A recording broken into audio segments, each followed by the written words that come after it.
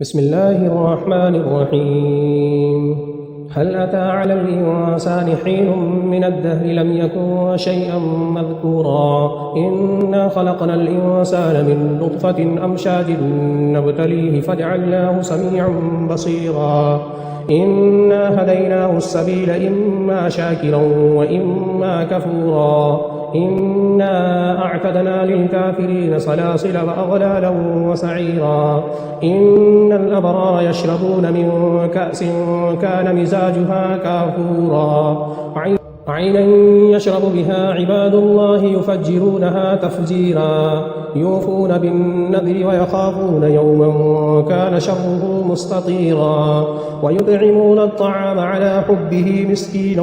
ويتيما وأسيرا إنما نطعمكم لوجه الله لا نريد منكم جزاء ولا شكورا إنا نخاف من ربنا يوما عبوسا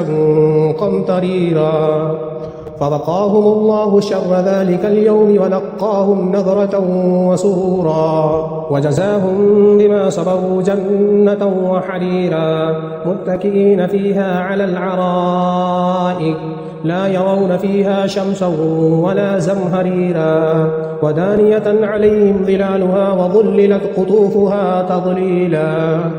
ويطاف عليهم بآنية من فضة وأكواب كانت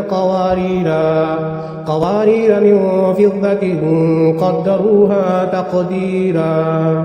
ويسقون فيها كأسا كان مزاجها زنجبيلا عينا فيها تسمى سلسبيلا ويطوف عليهم ولدان مخلدون إذا رأيتهم حسبتهم لؤلؤا منثورا وإذا رأيت ثم رأيت نعيما وملكا كبيرا عليهم ثياب سندس خضر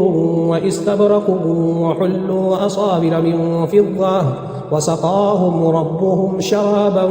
طهورا إن هذا كان لكم جزاء وكان سعيكم مشكورا إنا نحن نزلنا عليك القرآن تنزيلا فاصبر لحكم ربك ولا تطع منهم آثما أو كفورا واذكر اسم ربك بكرة وأصيلا ومن الليل فاسجد له وسبحه ليلا